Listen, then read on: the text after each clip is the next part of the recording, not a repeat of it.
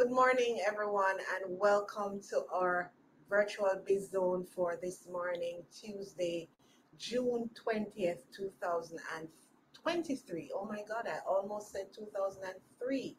Right, so it's 2023 and it's June 20, and we are continuing our JBDC virtual Biz Zone. This month, we will be looking at intellectual property. Just in case you've forgotten who I am, my name is Sansia Campbell, and I'm the Partnerships and Events Coordinator here at the Jamaica Business Development Corporation. So as I said before, we are focusing on intellectual property for this month, and we're going to be doing 2 sessions on intellectual property. This morning, however, we're going to be focusing on investing in IP. Pay now or lose later. And we have a familiar face in the zone this morning. She's been with us before. Before I introduce her though, just to let you know that we are recording the presentation as usual, and you will be able to have access to it on our YouTube channel. If you just hit the subscribe button, that's at JBDC Jamaica, and you will be able to access the presentation. So whether you can do only half of the presentation today, or you know somebody that wanted to be here this morning, but for whatever reason they're unable to be here, you can just tell them to subscribe and they will be able to get access to the presentation.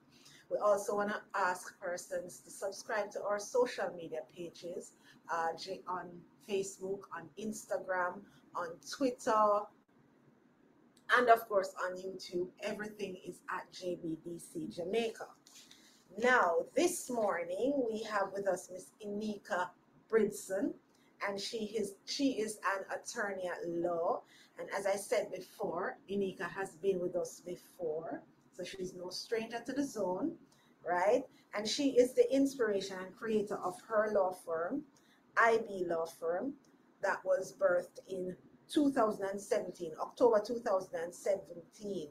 Her practice areas include conveyancing, probate, estate and trust, and corporate and commercial law. She's also a former employee at the Geoland Title Limited, where she garnered valuable and practical and professional experience. She is a Christian woman who gives tremendous portions of her time and talents to her church community, and she's also a very proud Woolmerian. I think it says Aggie Code Aggie. Did I say that right, Inika? No, it's Aggie Code Aggies. You see, I never went to Woolmers. That's the problem. No problem. All right. Without further ado, I'm going to hand over to Inika, and she's going to go through a very interesting presentation. So I'll just invite you, if you have questions, don't be afraid to ask, drop it in the chat, stick up your hand, and we will definitely acknowledge you and answer the questions. So it's over to you, Inika. Thank you. Hello. Good morning. All right, let me just share my screen. All right, great. So first of all, let me just say thank you to Sansia and JBDC for the invitation. Always a pleasure to be a part. Notwithstanding the hectic schedule, I really do make it my point of duty to make an effort to present and to assist in any way I can. Separate and apart from the fact that I just like to help, I really do have a passion for businesses, entrepreneurs.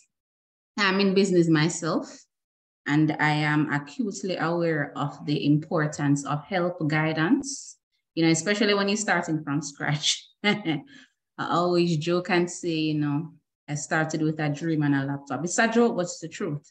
So I'm always willing to help my fellow entrepreneurs in whatever way possible. So thank you very much. Thank you very much for the opportunity. All right, so today the topic, as you know, just to repeat, investing in IP. IP, intellectual property, pay now or lose later.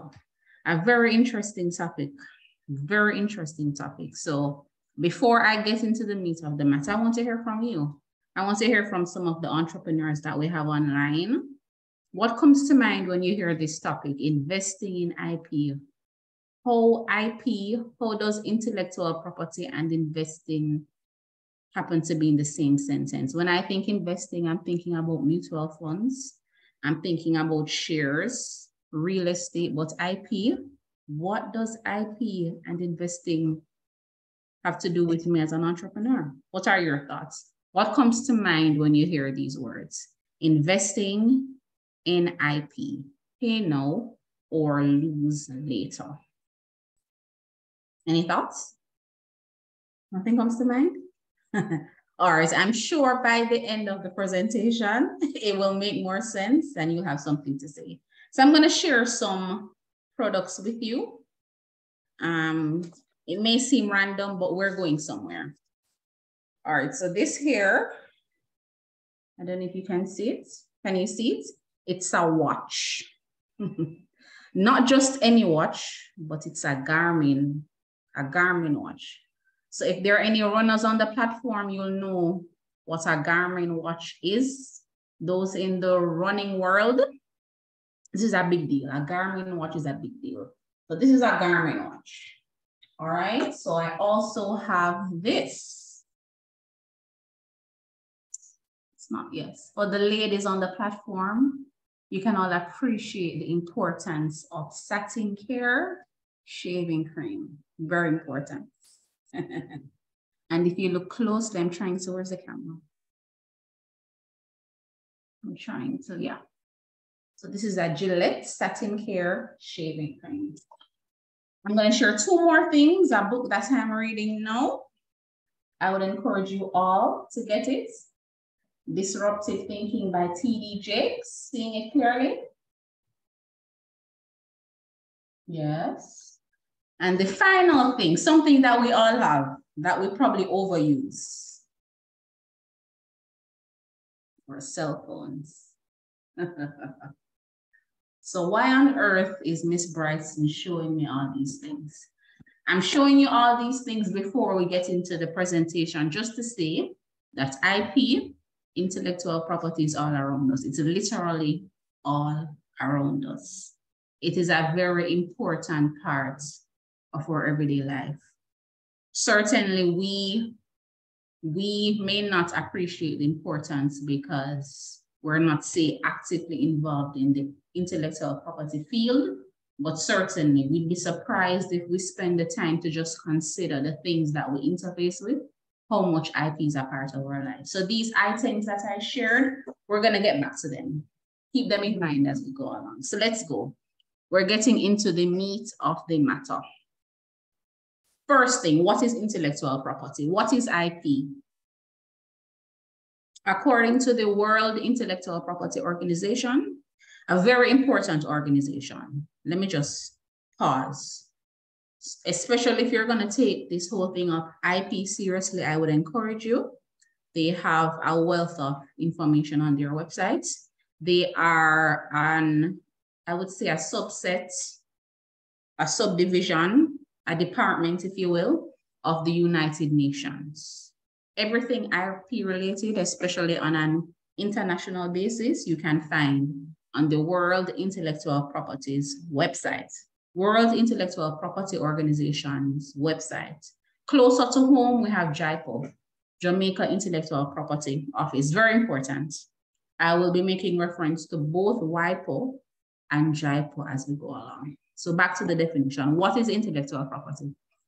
According to the World Intellectual Property Organization, IP refers to creations of the mind, inventions, literary and artistic works, designs, symbols, names, and images used in commerce. I'm going to say that again. It refers to creations of the mind. So if we have any artists on the platform, any musicians on the platform, it refers to inventions. There's some very interesting inventions that I found out about, including, I mean, brace yourselves for this one, a dust cover for dogs. I know. No disrespect to the dog lovers on the platform, but in my mind, or let me not say it as, I'm going to be sensitive to the dog lovers. I'm not going to say it's ridiculous. But yeah, that's a thing. That's actually an invention that has been patented. And we're going to get to what a patent is. All right, so inventions, literary works, the books that we read, the book I'm reading right now, designs, symbols, names. So let me see if I can share this one with you. I don't know if my camera will pick it up. It looks a bit blurred, but what is up top here is Gillette. And below it, there's the R, which indicates that it's registered. All right. So having discussed, having considered what is intellectual property, just considering the definition that I have here, immediately you can appreciate that this topic, this area is wide, right? There are several, I would say, subsets to this topic, these words, intellectual property. So what I'm going to go through as quickly as I can are the main types of intellectual properties. Why, in my view, before we can seriously consider why, as entrepreneurs, we should invest in IP, we need to know what it is about, you know. There's a financial advisor that I follow by the name of Dave Ramsey, and he says something that I think is very important. He encourages rather all persons looking to invest to ensure that they know what they're investing in. Sounds simple, but it's important. So the point is, not because you hear persons investing in Bitcoin and crypto and shares, it means you should jump on the bandwagon. No. Whatever you're going to be investing your money in, you need to know what it's all about. Same thing with intellectual property. So before we even begin to discuss why we need to invest in this thing called IP, we need to understand what it is. And I believe once we have an understanding of what it is and how relevant it is to our lives and our businesses, then we will be open to this whole conversation of investing. So let's go. The types of intellectual properties. I will say the main types. All right, so I was moving too fast. Let me just go through this quickly before I go to the types of intellectual property. So it says here, this is also from WIPO, World Intellectual Property Organization. IP is protected in law by, for example, right, patents, copyright, and trademarks, which enable people to earn recognition or financial benefits. So this is where the investment side comes out from what they invent. So when we talk about intellectual property, it's not just about registering. It's not just about registering the trademark, registering the copyright, etc. That is the first step. What we're saying is there are further or very real benefits to be had from registering. So having registered, there is a financial benefit, or there are financial benefits to reap, to gain from your registration of same. We're gonna get into the specifics, but just to say, it's not just, you know, we always hear it. Register your copyright, register this, register that. The point I'm making is not just about registering. There are real benefits to be had. So in the same way, we're keen on developing our products. If your business is a product-based business, if it is that you're in the service industry, in the same way, you're focused on your product and your service in efforts to make a profit. It's the same with IP. If you take IP seriously, there are profits, there are gains to be had. Interestingly, while I was preparing for this presentation, I found it very interesting. WIPO on their website, they said, in the same way businesses have a business strategy, they encourage entrepreneurs, businesses to have an IP strategy. That's interesting. Why? IP strategy. And the more we read and understand, I certainly, and I'm sure you will by the end of the presentation, appreciate why it is so beneficial. It goes on. By striking the right balance between the interest of innovators and the wider public interest, the IP system aims to foster an environment in which creativity and innovation can flourish. types of intellectual properties. Are we clear so far? Any questions, concerns so far? Although I do prefer the questions at the end. So far. Very clear, Inika, very clear. Clear so far. Okay, all right, let's go. So we're going into the types of intellectual property.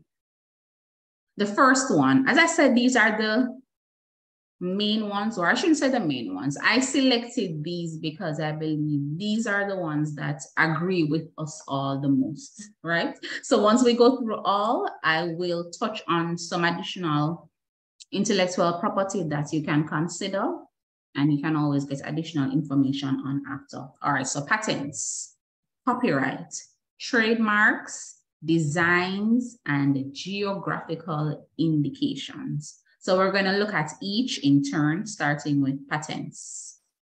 All right.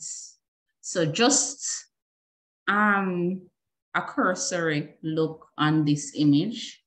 Right off the bat, we can appreciate that when we talk about patents, patents are speaking to, or a patent speaks specifically to inventions, right? Again, going back to WIPO, a very, very useful resource, a wealth of information that's free. According to WIPO, patent is an exclusive right granted for an invention. So let's use the phone, right?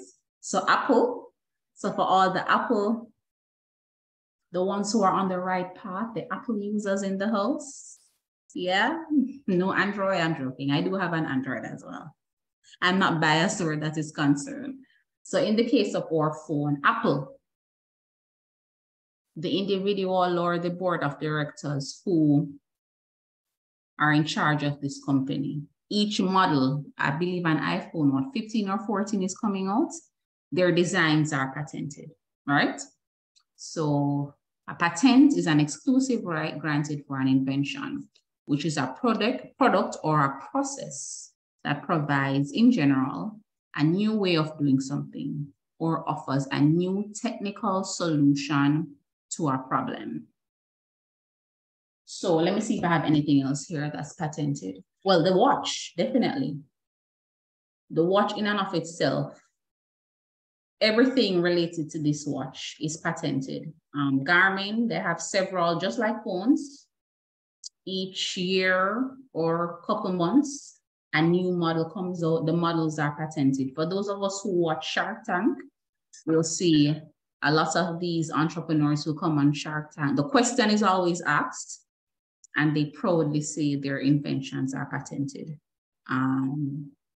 The reason investors, the sharks, even ask, that touches and concerns the aspects of the presentation that we're going to get into later about why it's so important to invest. It's actually an attraction. I'm jumping the gun, but since I'm on it, when your inventions are patented, you're looking for investors, angel investors, financial institutions. The fact of a patent can also be attractive to investors, right? So we'll get more into that later on. It goes on. To get a patent, technical information about the invention must be disclosed to the public in a patent application. All right, I think it's important to highlight this because we may think that because we're getting our invention patented, then we can sort of hold back. No. The thinking behind this whole term of art patent is that you're going to disclose any and everything related to the invention. You will have exclusive rights to the invention for a period of time. I believe it's 20 years. And once those 20 years have elapsed, then it's free. Other persons are free to not only make the invention, but to improve upon it, because the thinking behind it is that they don't want any one person or one group of persons to have a monopoly on any one invention, because it stifles creativity. So after you have benefited for X amount of years from this invention, the public is free to examine it and to make it even better. And when whoever makes it better can patent it for X years, and it goes on. So we don't want to stifle creativity. Inika, yes, Inika, go ahead. I just want to jump in here and yes. get But this just popped in my head, and it may Yes, not be the very best question to ask, but that's let me fine. go ahead anyway. So you're saying that, for Mm-hmm. example, I don't know if this is a good example of an invention, but all right. So would the KFC recipe, for argument's sake, Mm-hmm. fall under an invention? Because remember, they always talk about the secret 11 Right. spices, herbs and spices. So after 20 years, that becomes free again?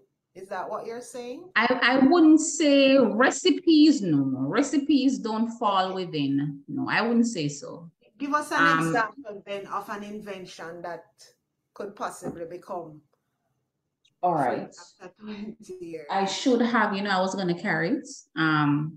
Razor. So for example, the razors that we use to shave, right? Right. So is it Procter and Gamble? Procter and Gamble. Okay. Right. As a matter of fact, there's a case. So seeing that you bring it up, let me just go straight to the case. So there's actually a case on this. All right. So this, for example, these companies that design any and everything, they take care in the packaging, right? So let's Right. examine this package for a moment. This one is not as fancy, but you'll note some products, they have some very unique packaging that can be patented, right? Right. Depending on what it is, it could also be a trademark too, right? But it depends. What I would for patents, I think a better example for patents would be the actual razor that we use, all right? So let us say Procter and Gamble, they come out with a razor by the name of TD2000, right? It is unique in the sense that it has 3 blades. The blades are designed in such a way to prevent bumps from appearing after shaving. I'm just making this thing up because it's not my industry. But the point is, there is some uniqueness to this razor, right? Right. Once they satisfy the relevant, that's another thing. So you have to satisfy the powers that be that this invention is indeed unique. So it's not any and everybody can get a patent. Very important.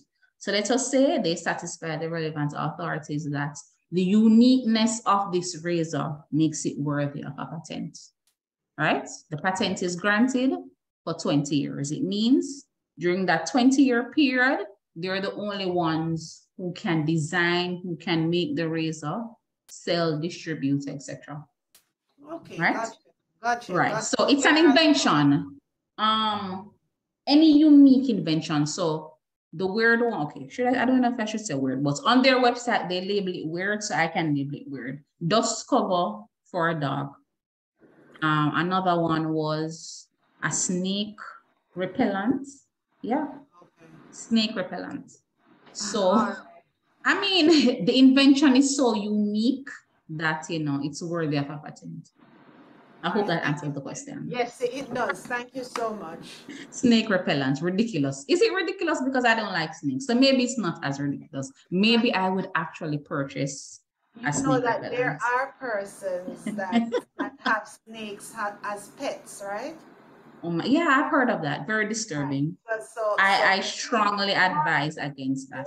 you or I would probably not consider that. In fact, I'm quite certain that we wouldn't, but there are other Nope. persons that would. Bad idea. All Bad right, idea. thank you. You're welcome. All right. So just to reiterate so that we're clear, when we talk about patents, we're talking about an invention, a unique invention. And what I will say is Jamaica, we have a patent act that was updated, I would say fairly recently. So the question of whether your invention is a patent, it really is a matter of law, right? There is a process by which you apply for a patent. We're not going to go into the details of that, but just to say that it's not any and every invention that will qualify for a patent. What will qualify for a patent is dependent on what the law has to say, and you also submitting the relevant application and the relevant authority officers approving that application, right? So in the event that your invention is approved and is indeed patented, you as the patent owner can benefit from from the use, distribution, license, etc. of that patent for a specific period of time. Once it expires, all and sundry are free to make the same invention and develop it, improve it. So you'll see there's some things that will interface with. Nothing is coming readily to mind, but you'll see a particular product and then you'll find a better one, right? Because once the patent expires, people are free to do that, right? All right, copyright, one that we're probably more familiar with. So the book, any book, any and every book, some of the articles that we read would fall under copyright. What is a copyright? According to WIPO, copyright or author's rights is a legal term used to describe the rights that creators have over their literary and artistic work. So we're talking about anything written, we're talking about music.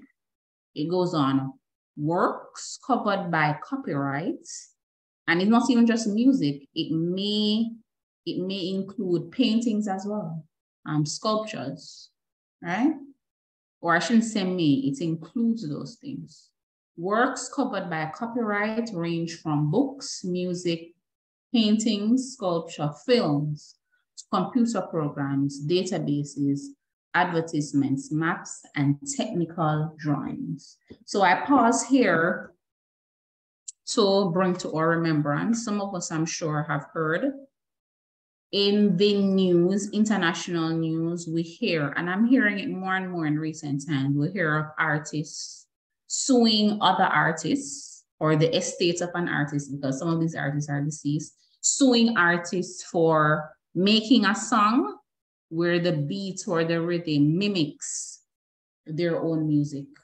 And we see a lot of legislation on that, a lot of litigation on that. It's a real thing, right? And the only reason these artists can bring a lawsuit is because their works have been copyrighted, they're copyrighted. So again, when we encourage entrepreneurs to copyright their work, it really is not a matter of course, it's more than that. It's very important to protect your work and to ensure that not only you're benefiting from it, but the persons who are using it, who are benefiting from it, whether in cash kind or just pleasure, that they're honoring, they're reverencing the creativity, the effort, the time that you have put into your work, as opposed to exploiting it, right? He goes on. Trademark. So on this bottle, I don't think you can see it, but up top are the words Gillette, and right below it, there's a R and a circle, which indicates that this is a trademark that has been registered. We're familiar with it. Coca-Cola bottles, Pepsi bottles, there's so many products that we use where we see the R at the bottom and a circle indicating that the trademark is registered. For those of us with businesses that have a unique logo, you may want to consider, or you should consider, registering it as a trademark. What is a trademark? According to WIPO, a trademark is a sign capable of distinguishing the goods or services of one enterprise from those of other enterprises. Trademarks are protected by intellectual property rights. So we know Coca-Cola by that fancy design. We know Pepsi by the design, how the words are designed. We know KFC that Jamaica loves. Maybe it should be our national dish, I don't know. Those words, KFC, their uniqueness have been registered. We're able to identify brands based on a particular mark. From we see it, we know it's Pepsi, we know it's Coca-Cola, we know it's KFC, we know it's Gillette, we know it's Garmin, and the list goes on.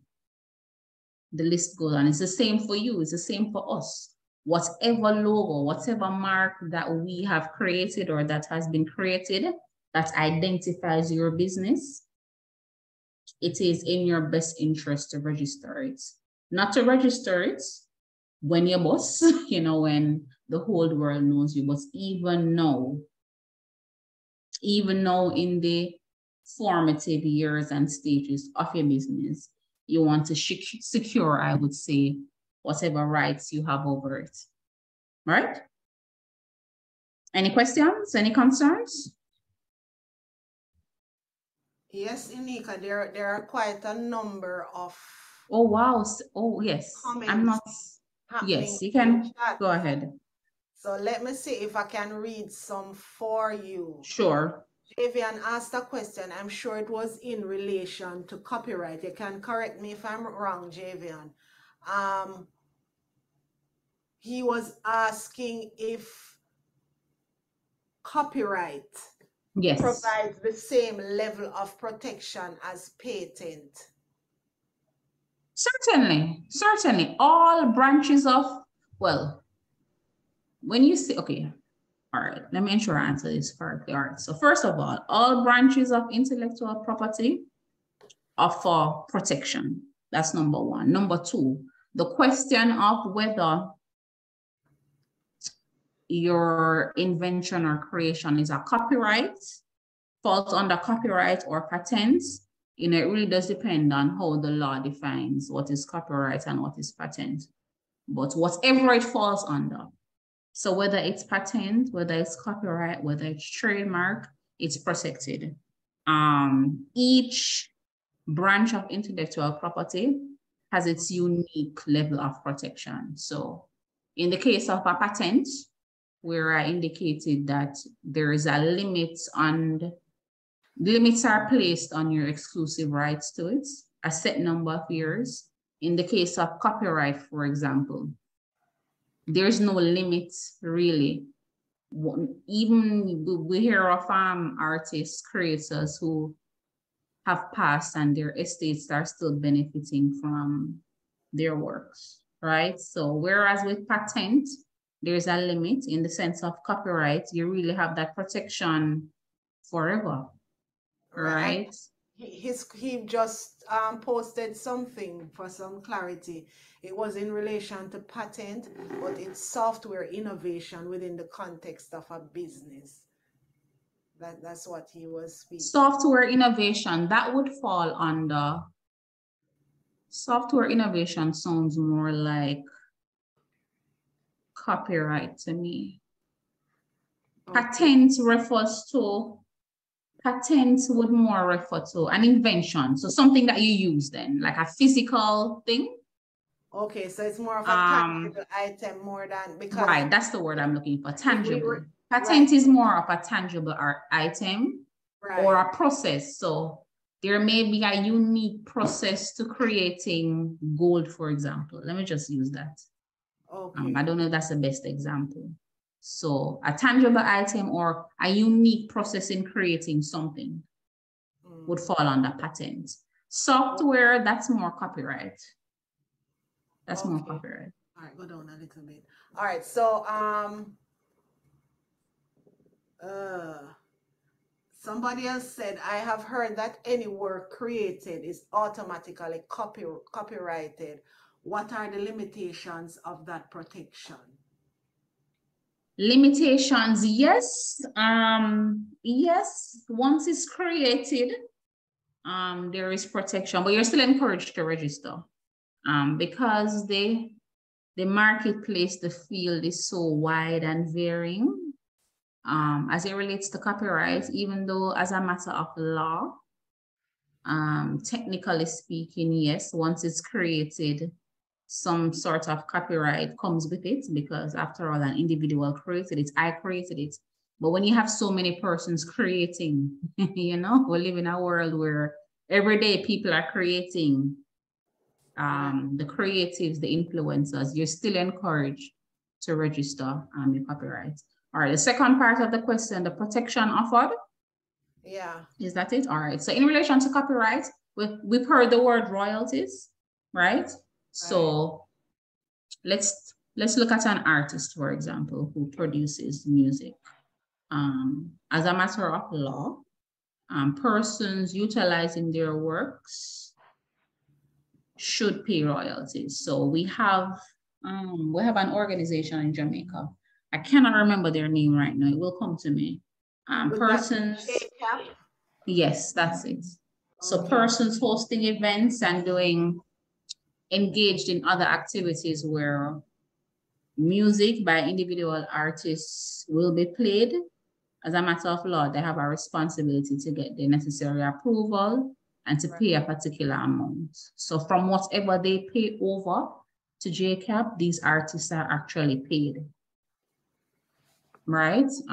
So that's why you can have a situation where an artist hasn't produced music for a few years for whatever reason, and they're still earning. Depending on how popular, depending on how influential they are, they can earn a tidy sum from music that they have made from years. Bob Marley is still making money from his music. His estate is still making money. All these famous artists that we know of who have passed, their estate is still profiting from the copyright in their work.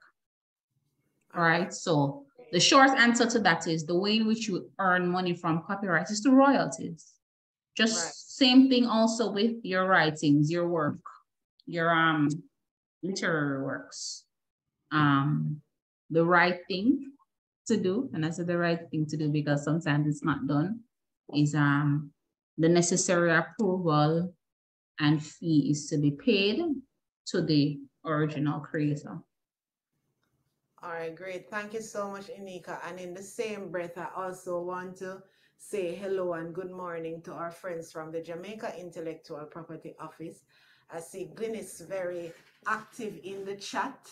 Thank you, Glynis, for posting that very important information, both the telephone number and inviting persons as well to visit the Jaipur office. It's a very important organization. And the website. In business development. Just post the website as well, Glynis, so that persons can have that information.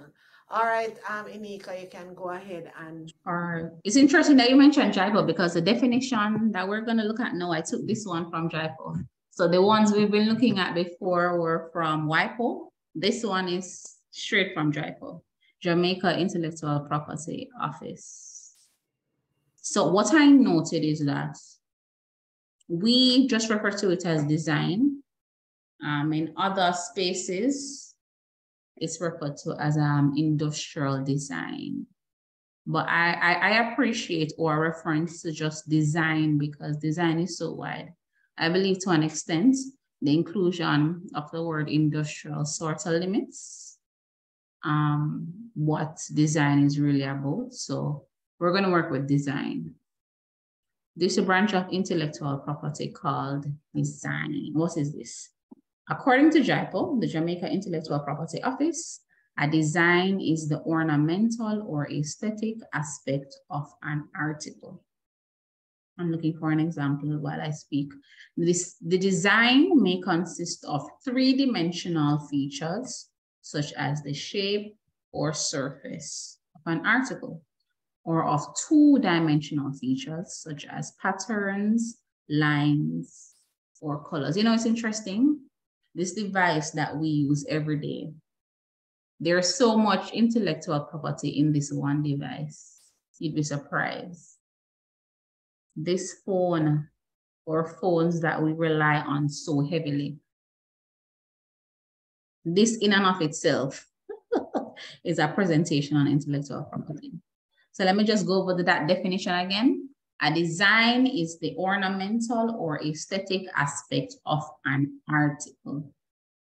We have some articles that have some very unique designs. The design may consist of three-dimensional features, such as the shape or surface of an article, or of two-dimensional features, such as patterns, lines, and colors. It goes on. Designs are applied to again from JIPO, designs are applied to a wide variety of products of industry and handicraft, from technical and medical instruments to watches, jewelry, and other luxury items. Interestingly, depending on the design, there are some elements of fashion that would fall into this. So if we have any fashion designers on the call, it's also, when we talk about intellectual property, it's worth your consideration, right? Every single business there is at least one, and to be honest, more than likely it's more than one, but at least one element of intellectual property is applicable to you. It goes on from houseware and electrical appliances to vehicles and architectural structures, from textile designs to leisure goods. So again, I started the presentation by saying IP is all around us. So many of the things that we use, it's IP, and we're unaware. Textile designs, leisure goods, architectural structures, luxury items, watches, my Garmin, jewelry, amazing. And it goes on. The final point on design: designs are what make an article attractive and appealing. Hence, they add to the commercial value of the product and increase in marketability. So we see the profitability investment part coming on. We're going to spend more time on it later. This first half is really just for you to appreciate what each aspect of intellectual property means. Again, I will say these areas are covered by law. So the question of whether your design, whether your invention, whether your work falls within any of these categories ultimately depends on, you know, whether it is in line with what the law has to say. So you definitely, it is advisable, whether through JIPO or an individual attorney or both, if you're interested in exploring registration of anything at all, the conversation definitely is going to go beyond what we're doing today. This is just, I would say, a summary. All right. All right. This is the last one we're going to look on.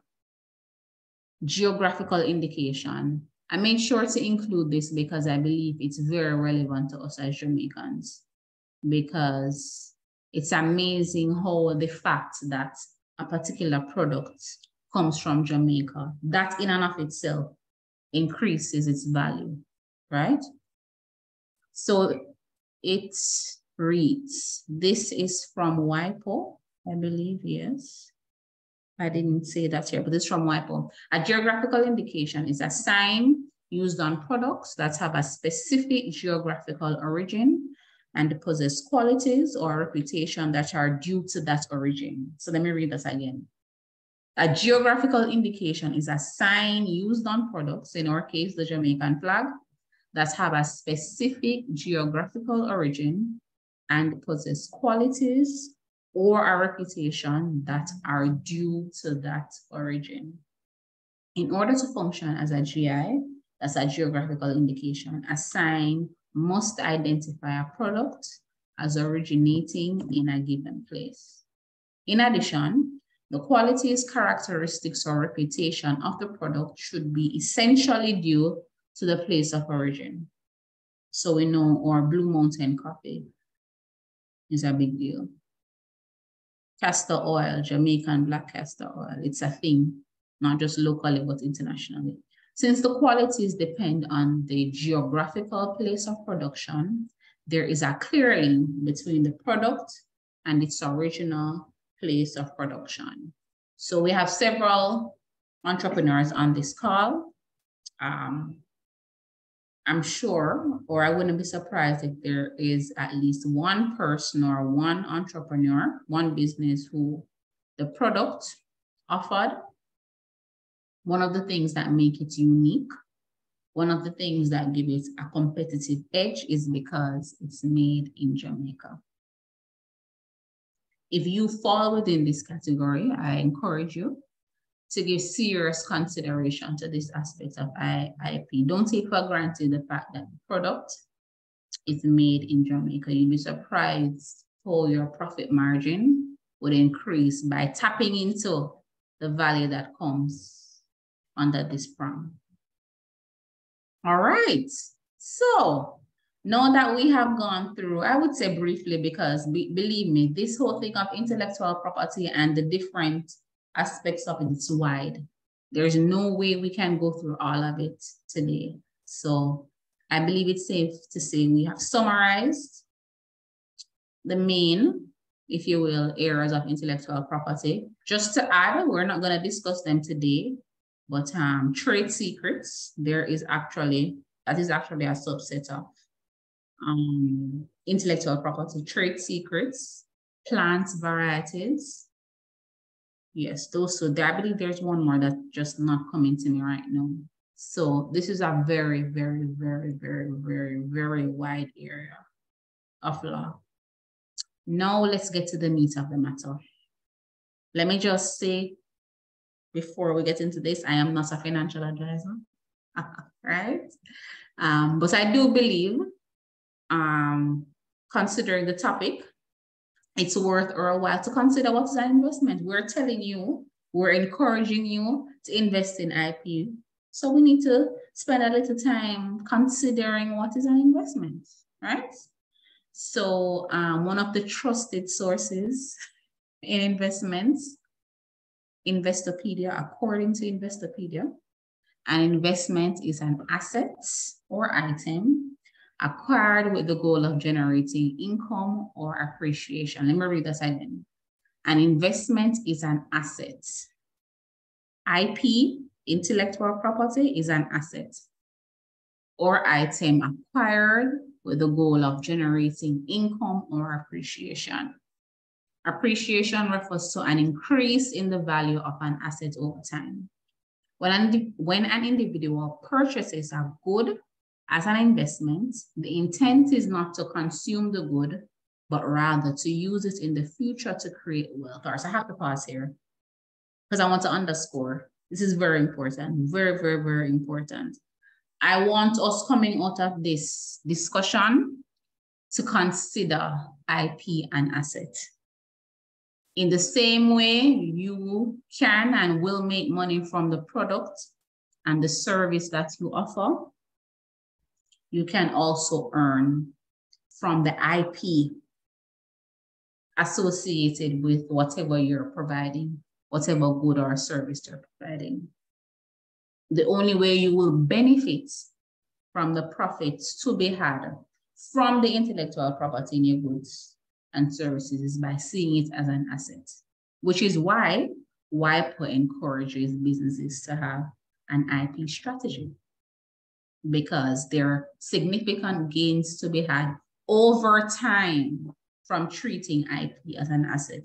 And I stress over time because any good financial advisor, and even if you don't necessarily have a dedicated financial advisor, but if you're someone who reads on investments, an important aspect of investing and investments is appreciating from the get-go that it takes time. You don't invest today and you're rich tomorrow. You know, it's interesting. A friend of mine, I was having a conversation yesterday with a friend of mine who said some relative of hers sent her some investment opportunity that boasts when you invest, say, 500 US, within a week or so, you're going to be earning how many thousands of US? Ridiculous. If it sounds too good to be true, it's too good to be true. Investment takes time. So in the same way with stocks, real estate, mutual funds, and any other type of investment, the gains to be had are received over time. With time, it's the same with IP, right? So depending on what you're registering, it may not cost you a pretty penny, but just consider that with time, in the investment world, the term ROI, return on investment, the return on investment will come with time in the future, right? So it goes on. An investment always concerns the outlay of some resource today. Time, effort, money, or asset. Yes, exactly what I was saying. In hopes of a greater payoff in the future than what was originally put in. All right, so let me read that again. Very important. An investment always concerns the outlay of some resource today. That's time, effort, money, or an asset, in hopes of greater payoff in the future than what was originally put in. So when we talk about investing in IP, when we talk about registering your intellectual property with a view to earn in the long run, this is what we're talking about. So yes, the effort, the time, the money that it costs for you to register, to have an IP strategy. The whole point behind encouraging you to do this is so that in the future, you will pay off greatly. And you will if you do it right. For example, an investor may purchase a monetary asset now with the idea that the asset will provide income in the future or will later be sold at a higher price for profit. Beautiful, especially when we consider that persons who own intellectual property rights, depending on the nature of the rights, you can license, you can sell. I mean, the opportunities are endless once we take it seriously. All right, before I continue, I'm seeing where the chats, a lot of activity seems to be going on in the chat. Right. So before I go into why invest in IP, Inika, yes. I wanted to bring your attention to a comment or a question made by Jeremy Gordon. Yes. Is it not our banks and bankers who need to consider IP and asset? And I wanted you to respond to that question, framing it against the background of when we were talking about royalties a while ago, and how these artists, even after death, their estates continue to benefit from their work, because they were protected. That's an interesting point. No, absolutely not. It's not limited to banks. Absolutely not.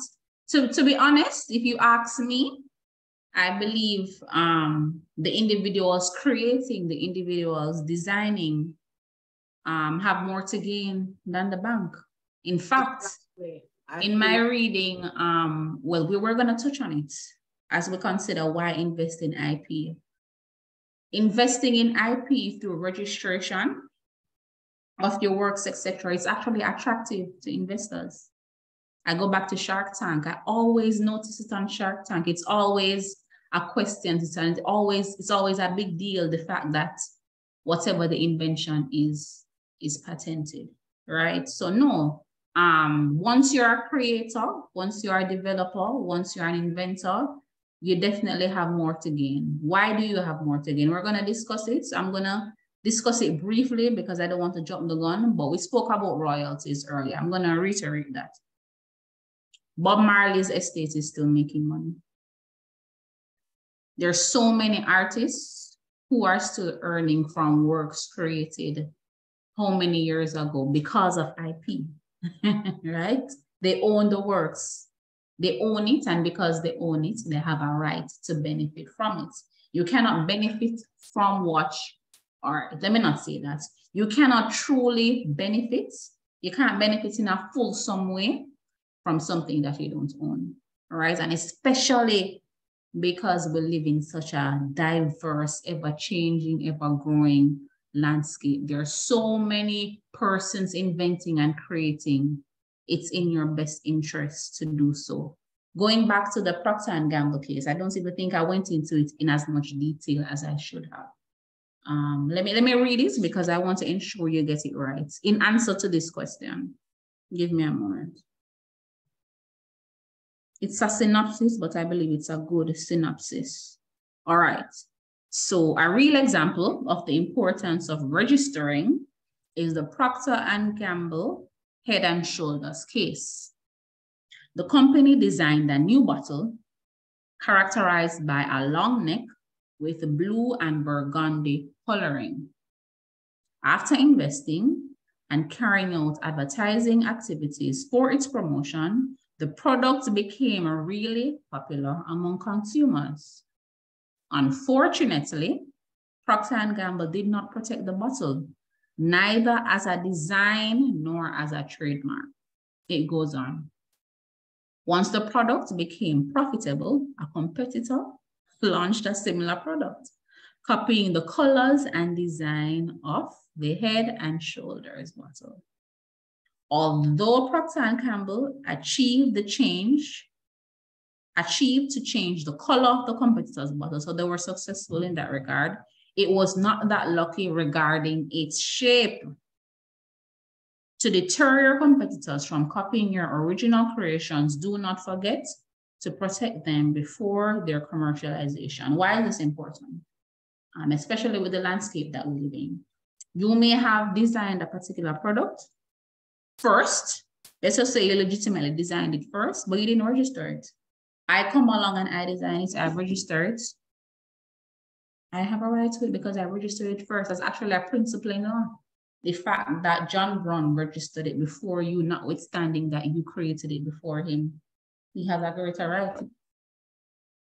So yes, 1,000%. Entrepreneurs, creators, inventors, designers, you have a lot more to gain than banks to register your IP. Any other question before we proceed?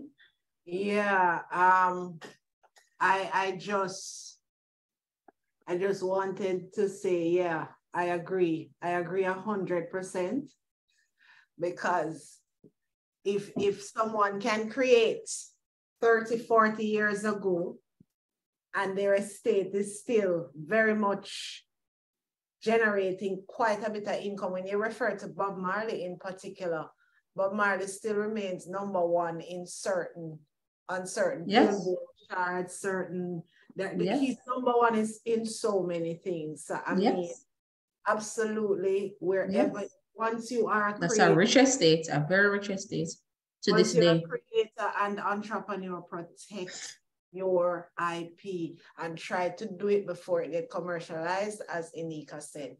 Yes. In the meantime, as well, I want to also say good morning to Kevin Jackson, who always attends our sessions, animator, and I think he said president of the, just scroll back up, let's look at his title. He is sharing quite, so animator and filmmaker and member of the Animation Association, sharing quite a bit of information in the chat as well. Thank you very much, Kevin, for sharing your wisdom with us as well. All right, back to you. All right, great. Thank you. All right, so we're in the thick of it now. This is why we're here, right? We're here to give serious consideration as to why we're to invest in IP. We're talking about IP, you hear IP everywhere, but why on earth should I direct my time and attention and money to IP? I have a payroll. I have the rent to pay. I mean, I cannot. Why?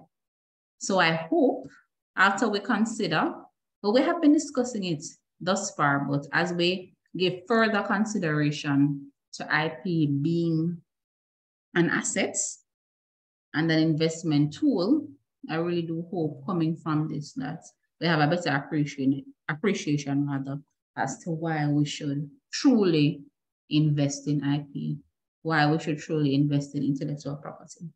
All right, so a brand sets a business apart from its competitors, building trust and consumer loyalty. A brand sets a business apart from its competitors, building trust and consumer loyalty. I have to bring up KFC again because to me, it's mind-blowing.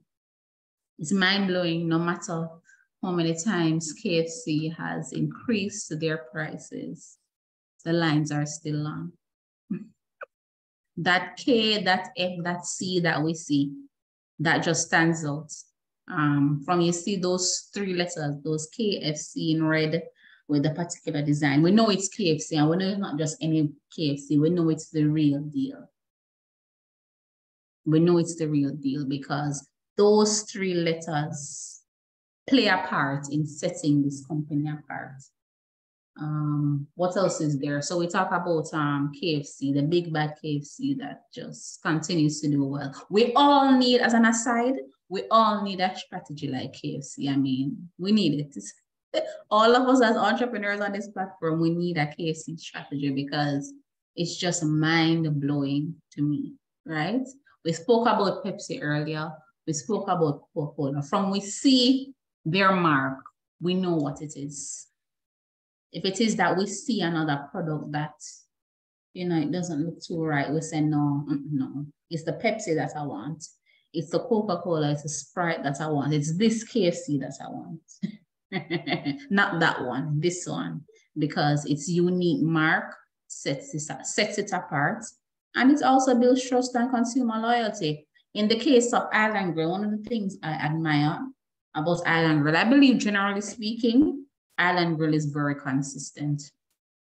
In my experience, no matter the branch I purchase food from, generally speaking, they are very, very consistent. So we can identify, for those of us who are into Island Grill, but even if you're not, we can identify Island Grill from a mile away because the way the words are designed, the island and the grill, that uniqueness sets it apart, makes it identifiable amongst a sea of restaurants.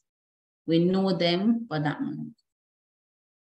It's the same for you. It's the same for me. It's the same for you. Whatever your product, whatever your service, you want to stand out. You want to stand out amongst the crowd, right? So that logo, that mark that you have, that you invest time, energy, effort, and money to create.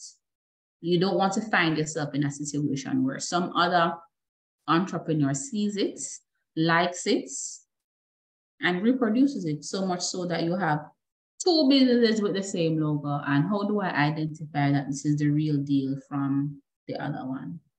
The only way you can stop another individual from utilizing the mark that you have created to uniquely identify yourself is by registering it, is by protecting it. That way, if anyone makes any attempt to replicate your mark, you can take the necessary action, right? It goes on. Another reason we should invest in IP, it reassures. From reassuring investors to increasing margins, using your patents strategically can improve your bottom line. Let me read this again.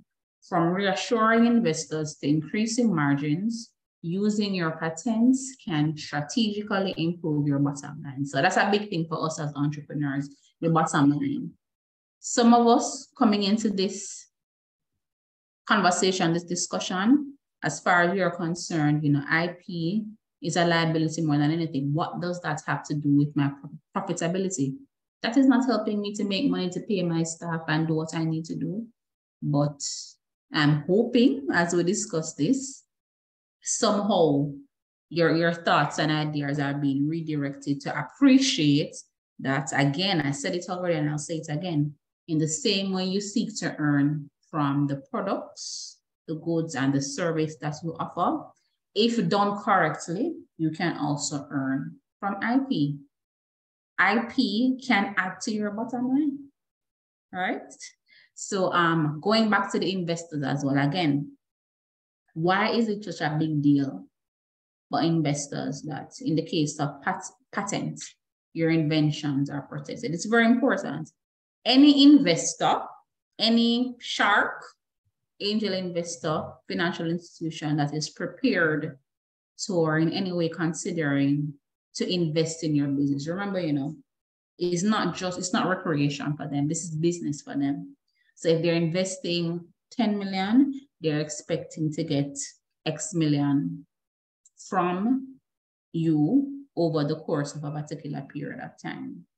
One way, it's not the only way, but one way to secure their interest, to secure or to give some amount of guarantee that they're, you know, likely to earn from their investment is the protection of your work, right? Going back to patents, the fact that your work is protected by a patent means that you have the exclusive right to benefit from, to sell, whatever it is, this product for a particular period of time. If it is that your work is not patented, another individual creates the same thing, maybe even better, that's going to affect the income coming in. It's going to affect the income coming in, and it's going to affect your ability to repay your investor. And the investor has to have some sort of guarantee that whatever is invested, they will at the very least get back what they invest. Of course, we know with investments, there are also risks, but still, with all the risks involved in investment, you have to demonstrate to these investors that your business is structured in such a way where the likelihood of them gaining whatever they have invested and then some is greater than the possibility of them losing. Greater than the possibility of them losing. Again, I always notice on Shark Tank, it's always a point to be made whether the invention is patented or not. And understanding what IP is all about and the benefits to be had from IP. I understand why the sharks ask the question and why the entrepreneurs boldly, confidently, proudly declare that, yes, my work, my invention is patented. It goes on. Protecting the way your product looks with an industrial design can provide a major competitive advantage. Again, so much happening in the marketplace, so much happening. One way to have an edge over your competitors is not just to create this product that is a game changer, having created this product that is a game changer, to I would say, maintain that competitive advantage. Registration is important because, again, it is through registration that you can protect your interest in this work and have control over how it's used. So when we talk about control, what are we referring to? Specifically, this is what we're referring to. One moment. When we talk about having control, we're talking about license, we're talking about assignment, we're talking about sale, we're talking about a distribution agreement with a local partner. I have examined products that I used before. They are the brand, it's an overseas or international brand, but you'll notice on it distributed by Lasco Manufacturing. That's a random example. And I'm sure you have observed it as well. These products that are not necessarily made in Jamaica, the owners are not Jamaicans, and you'll see a local company having the authority and responsibility to distribute. That is IP. That is IP at work, right? It goes on. Copyright protects the expression of an idea in different forms. So we spoke about literary works, artistic works, sculptures, paintings. All these things can be protected or are protected by copyright. And someone asked this question earlier. So when we say protection, we're referring to,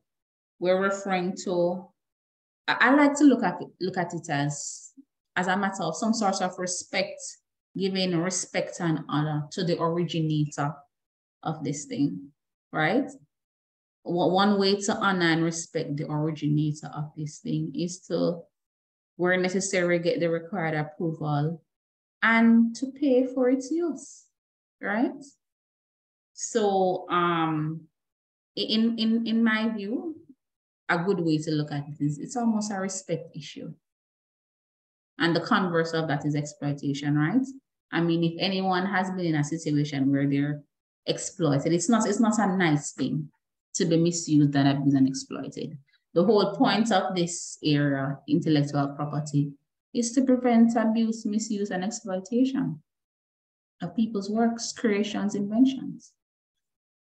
It goes on. When the source and authenticity matter, using geographical indications can identify your product as being the real deal. Again, you'd be amazed, speaking from the Jamaican perspective, how useful or how much of a game changer, how much of a competitive edge it is when on the product, it indicates that it's made in Jamaica. That's why this Jamaican black castor oil is such a big deal. Yes, for you to use the Jamaican flag, of course, there's a process by which, there's an approval process, right? But the point is, if it is that whatever you create, whatever you produce, the fact of it being made in Jamaica is in some way useful, in some way adds value, if it adds value to whatever it is, then yes, make use of the opportunity. Again, going back to the bottom line, it will increase your profit margins. All right, cheers. I didn't realize we would come to the end of this so quickly. So that is it in a nutshell. Just to say, there's one more point before I officially close and allow you to flood me with questions and comments. Just to say, all right, so first of all, as an entrepreneur myself, you know, I'm very aware of the challenges, right? I'm very aware of, you know, having to make hard decisions, even from a financial standpoint. So depending on the state and stage of your business, you may not necessarily be in a position to really jump on this IP bandwagon and do what is required. But I want to encourage you. I join with WIPO in saying that an IP strategy, I mean, I just love the way they put it. It's just beautiful to me. I never even thought of that. The way they coin these terms, an IP strategy, in the same way we have a business strategy. So whether the IP strategy will be a part of your business strategy, or you're going to have an IP strategy separate from your business strategy, I want to encourage you. What's important is having a plan, right? Once you have a plan and you work the plan, whatever resources are needed for it to really come to life and go where it needs to go will come. Don't ignore it. Do not ignore it. Do not wait until you're known, for want of a better word, to really take it seriously. Because if you wait until then, to be honest, by then, the loss, we talk about invest now or lose, the loss may be significant by the time you decide to take it seriously. Look at Procter & Gamble, a big company. I don't know how Procter & Gamble, how that could have happened, right? But the reality is, if we're not on it, if it is that we don't incorporate it into our business plan and strategy, it will happen. And when you consider the time, effort, and money that goes into business, is no joke. I always say it's not for the faint of heart. When you consider that this thing takes every fiber of your being, talk about blood, sweat, and tears. You know, you want to ensure that whatever protection needs to be put in place is indeed put in place, so you benefit as much as possible from, you know, what you have spent so much time and effort into creating and producing. And lastly, I will say that, you know, get the necessary help, JIPO, 1000%. Seek the necessary guidance to ensure it's done properly, because this presentation is really just a synopsis or a cursory look at a topic that is really wide, right? So thank you very much. I'm open to questions and comments. Thank you very much, Inika. Really interesting presentation this morning, very informative.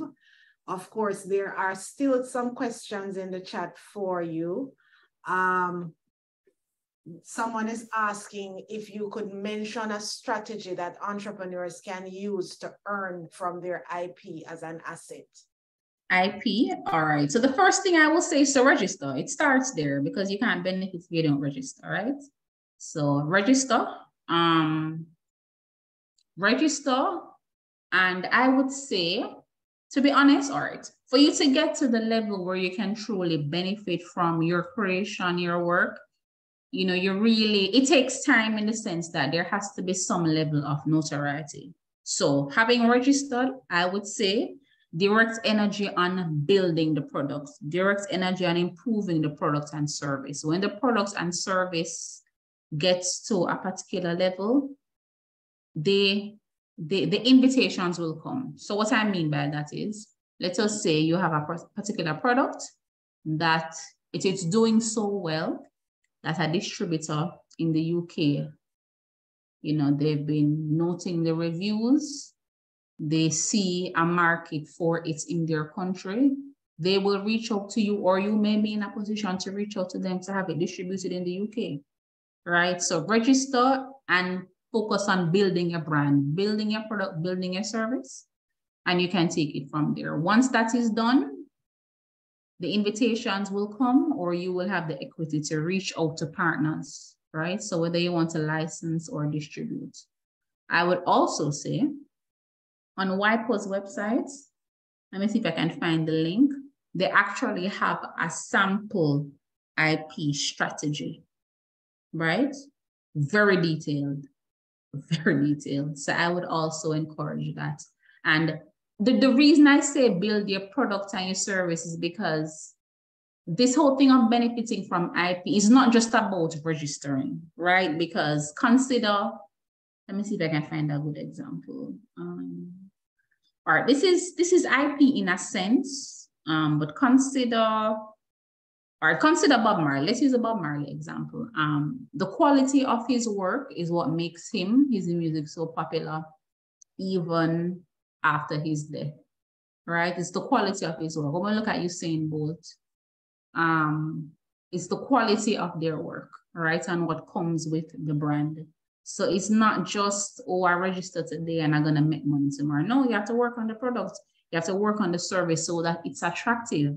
So whether you're going to reach out to the distributor or they reach out to you, once the product, the service is sound, there's no telling the gains to be had.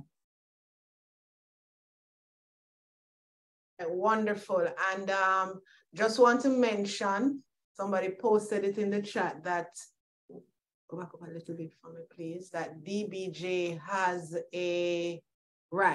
offers a grant program to protect IP, specifically patent. So you can also visit the DBJ website. Not sure how accurate the information is, but visit the DBJ website because they do have quite a bit of funding available that can benefit entrepreneurs, not just in IP, but in other areas as well. Somebody was asking if you have multiple IPs, could you provide some guidance on which ones to protect and which to value? If you have multiple, I would say register them all, to be honest. I mean, register them all.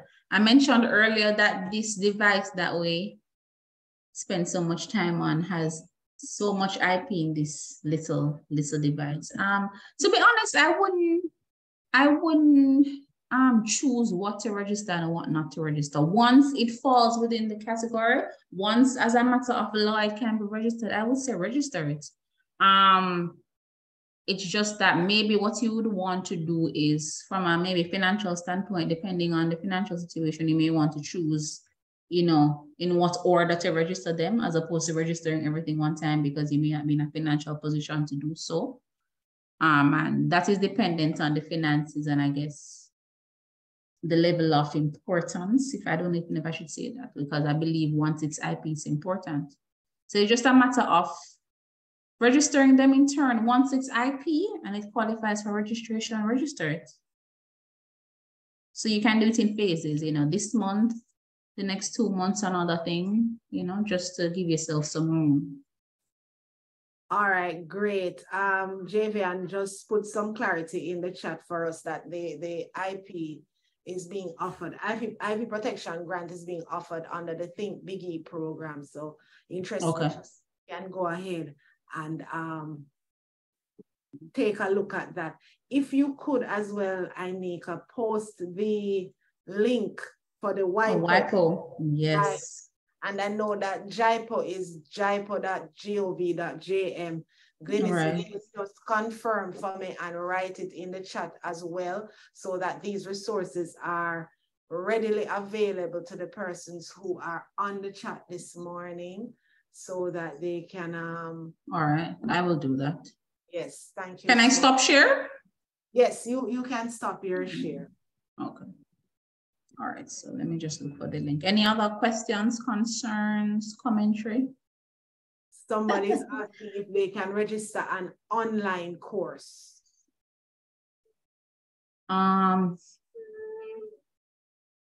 It depends. It depends. It depends. It depends. It depends. What is the uniqueness about this course? It depends. Okay. If it is that it can be registered, it would fall under copyright. Based on the nature of the work, it being a literary work. As to whether it can be copyrighted, it depends, right? So it's an original work. There's some requirements that have to be met, but generally speaking, yes. Generally speaking, yes. But what I would say though, what I want to be clear is, all right, so even though we have this area of law called IP that offers protection, we have to be careful. So for example, in the case of patents, it's not any and every invention. You know what I mean? It's not any and every trademark. So while you were encouraged to register, there are requirements to be met. And another thing I will add, I remember the representative from Jaipur can confirm. I remember when I was taking my LLB, I believe a point was made. I believe it was a rep from Jaipur too, where we know the brand water, WATA. Yes. When they just came on the scene and they start to register, initially it was rejected on the basis that, you know, Jamaicans, that's how we talk water. There's nothing unique about it. But then over time, this brand, it became known. Water. I want a water, right? So whereas initially when they attempted to register, it was unsuccessful. As time went on, a couple of years later, when they attempted to register it again, it was approved because by then there was this uniqueness. There was something uniquely identifiable about the water brand, it being on the market for X amount of years. So I say that to say, depending on whatever your creation or work is, even if it doesn't qualify now, it doesn't mean that in a couple of years it may not qualify, because some things take time to be identified as unique, right? Okay. So generally speaking, the course, generally speaking, yes, so long as it satisfies the requirements, yes. So she says it's a Jamaican patois language course using her videos and content. So maybe it's just a patois conversation, you know, not so sure, but okay. All right.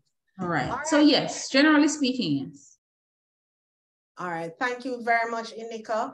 And thank you to everyone who participated in our session this morning. This was indeed an informative presentation. Excuse me one moment. Is there a hand up? No? Okay. I thought I saw corporate communications. No? Do we have a hand there, corporate communications? Do you have a question or comment? Yes, corporate communication does have a hand up. Oh, all right. Thank you so much. Yeah. For the longest while, right? Yes, indeed. My name is Brighton. No, I've noticed in recent time that dancers are urging each other to, well, the term they use is license. I don't know what form of protection they would need, but in the world of IP and really protecting and monetizing on this investment, like how would they benefit thereafter? So for instance, as you can see, the platform like TikTok makes certain things popular and other persons are earning from a platform like that. But if I am the originator of quote unquote the routine or whatever the case is, how do I earn from that and how do I protect it? I know that in being booked for a stage show or some sort of performance, I'll get some monetary benefit, but outside of that, how would one monetize? Sorry, all right. So what I will say first of all is the details regarding copyright and dance. I am not aware of all the details, right? Because that's an area that's developing. So I'm not gonna profess to be an expert there, right?